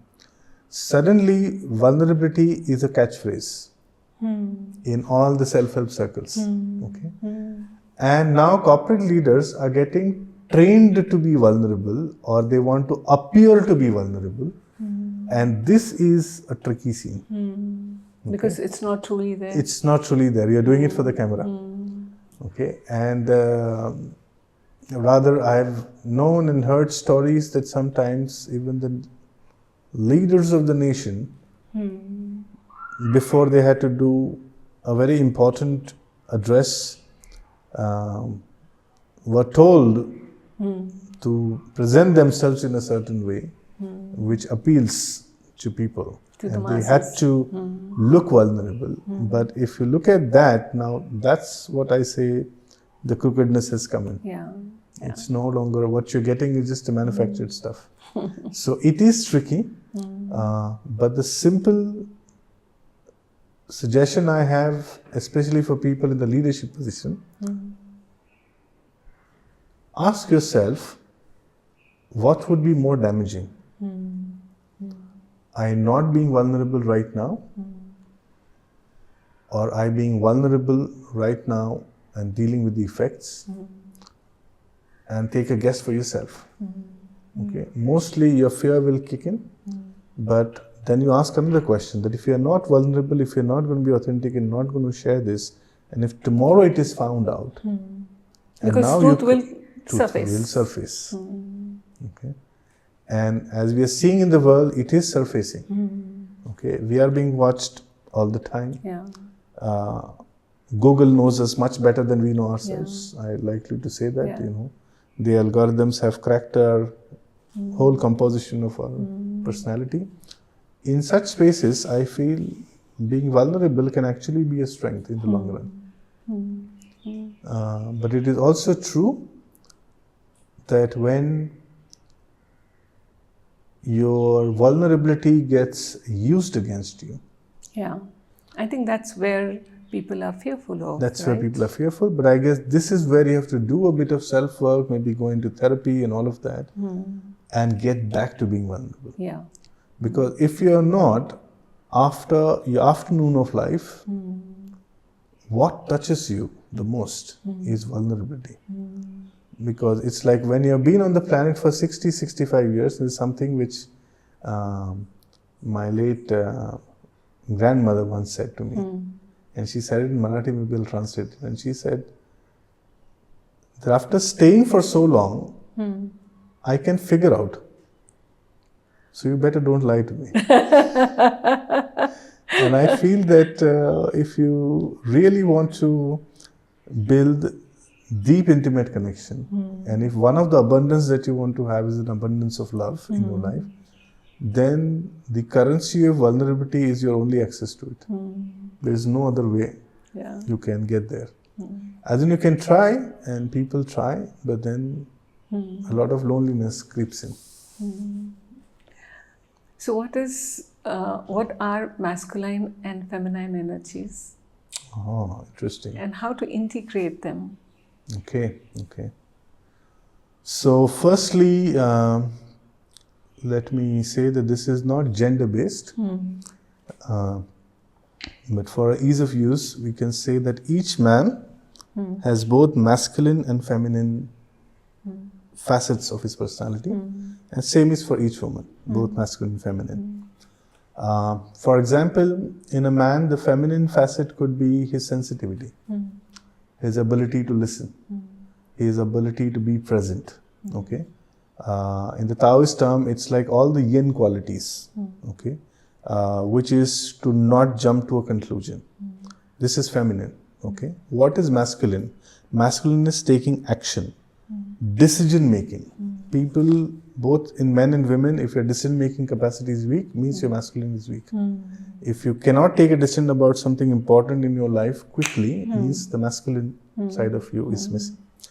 There is also shallow masculine. Yes, and both. Deep. Yes. And there is also divine masculine. Yes. So let's understand. So the masculine, let's say, is divided into three parts. Okay? The highest expression of masculine is to be on the planet to keep safe space for his women or women on the planet to feel safe and be themselves fully and to come to their fruition fully. That is the divine masculine. Okay. He would be a man who would stand guard so that the women in his life or women who show up in his work, whoever it is, they would feel safe to be themselves, to express themselves fearlessly and to be the best version of themselves. Very powerful. That is the divine masculine. The shadow masculine... shallow or you'll go to deep? No, I would say shadow. Okay. The shadow masculine, shadow and shallow masculine is similar. Okay. The shadow masculine is somebody who's afraid of women. Somebody who feels threatened by women, or sometimes at the workplace they feel very threatened by women who are very competent. Okay, that's the shadow masculine. And then they try stuff to either misalign her image or stuff that they do, talking behind back and all of that. That's the shadow masculine. Okay. I'm not saying much. Many of the people can relate to relate to it. Okay. On the other hand, let's also look at the women and let's look at the shadow masculine in them. Okay. So in shadow masculine, the way it shows up in a woman is manipulation. Okay. Is hiding or presenting the facts in a way which look so convincing, but they know that which is not the truth. But as a woman, when you talk strongly about it, then people might tend to believe. And that's the shadow part of the masculine in the woman itself. But what is the highest form of divine masculine in a woman? Is a woman who doesn't feel threatened by the woman. The first one. Okay. B is a woman who can take firm decisions. C, somebody who could look at taking action from a point of view is what is the highest this action can produce. Yes. And fourth, who can take very fearless strategy-based decisions which are going to impact the long term of the organization or the people that they're working with. This is the highest. Okay. The other highest form that I've seen in women, and maybe I would like to state some examples. I like to believe personally that both during my rise and in my lowest times, I like to believe that because there were powerful women that I was supported by, I somehow could survive through. For example, the first being my mother. And I remember the time when it became apparent that my business loss was huge and there was no way of getting out. And I told them that so and so thing has happened. She gave me a look and she said, well, if you could create this, I'm sure you will be able to recreate it again.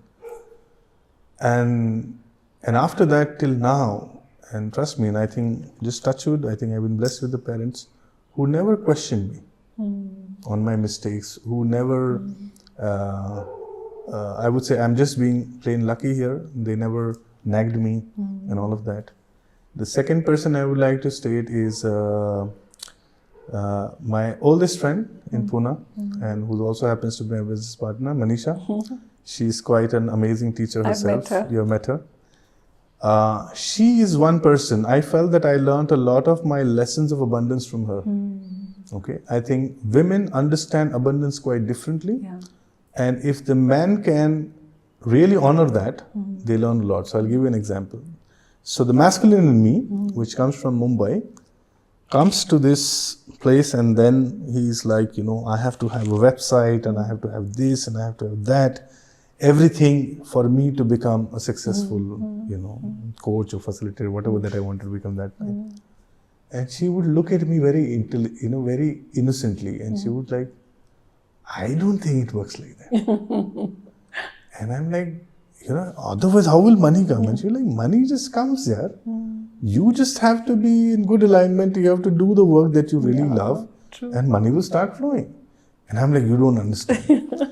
But today I feel proud to say that today I understand. Yes, that's how work flows. You have to really do what really touches you, what really moves you, and if it makes a difference in the world in some way, it works. Okay. B, she also taught me decision making in complex times. I think, this is one thing you will see about women, and it's a silent strength, Something goes wrong in the man's job, in man's work or life. What do men do mostly? I don't want to gender bias it. They hit the bar in the evening, start drinking, smoke a lot, abuse with their friends, stuff like that. When the woman is to go through this, she still has to cook.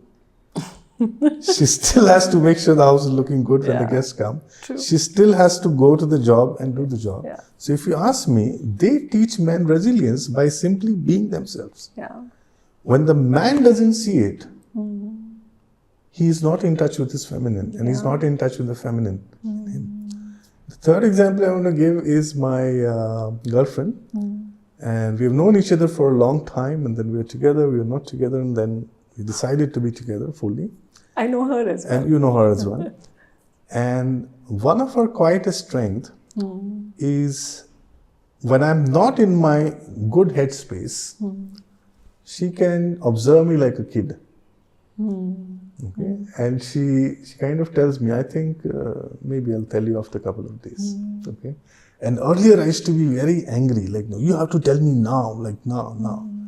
And then one day when I was in a sober mood, and she said, Raj, the trouble is I know you want to fight and argue, but that's not going to serve me, not going to serve you. So it's best next time you listen when I say I don't want to tell you. And also that one tip really helped me big time. So I feel that when the men begin to actually see the role women are playing quietly in their life, their divine feminine becomes stronger. And vice versa. Oh my God. Yeah. When the woman begins to see the contribution that the masculine energy has made in their life, okay, both positive and negative, when they begin to acknowledge it, their inner masculine begins to become strong. My God. And I feel that the way whoever the creator has built this beautiful world, it's a beautiful dance of both masculine and feminine. Like as they say in Tantras, the whole of existence is simply a dance between the Shiva and Shakti, which is just masculine and feminine. If we look at organization, I feel manufacturing, when you're producing something, masculine. When it goes to customer, you're dealing with the customer, dealing with irate customers, feminine skills. When you have to engage a consultant to resolve an issue, it's a feminine insight. Boss, तुमको नहीं जम रहा है, किसी और को बुलाओ. Okay. When it is taking tough decisions, I think we have to withdraw from this market. I think we have to now maybe, Masculine. scale down operations, masculine. So if you look at any place in the world, you will find that the discord happens when the masculine and the feminine energies are not balanced or not honored enough. I say the wars happening on the planet is simply a sign of the shadow masculine, which gains a lot of energy out of the power and killing and violence, because violence is deep-rooted. Our amygdala, which is what we share with even animals, that part of our brain which is always scanning for threats. Now, because there are no personal threats, I have perceptual threats and I begin to fight that. But I feel that if people in power position become aware of this play of the masculine and feminine within their own psyche, and they begin to balance it out, I don't really say then world will be a better place or nicer place, but I feel there could be a hope that we could be willing to look at things a little bit more calmly. But again, that's if and when. But I feel on a personal basis, if you're watching this, one of my serious recommendation to all the men is to be fearless to look at what are the feminine qualities that can really be helpful for you and embrace them. It's quite powerful. And if you're a woman, you may want to look at what are the masculine qualities within you that you're not expressing much, and maybe you want to express them. And I think that can make a big difference. Beautiful. So, thank you, Raj. Thank you for being here. Most welcome. Thanks for inviting me. I've had fun the whole day and it's been a pleasure. So did I. Really enjoyed this whole session with you. Thank you. Most welcome. I'm so sure that you enjoyed today's podcast and it has touched and moved you. This would help you in your inner journey as well as at workplaces. If you want to contact Raj Mali, the details are in the description.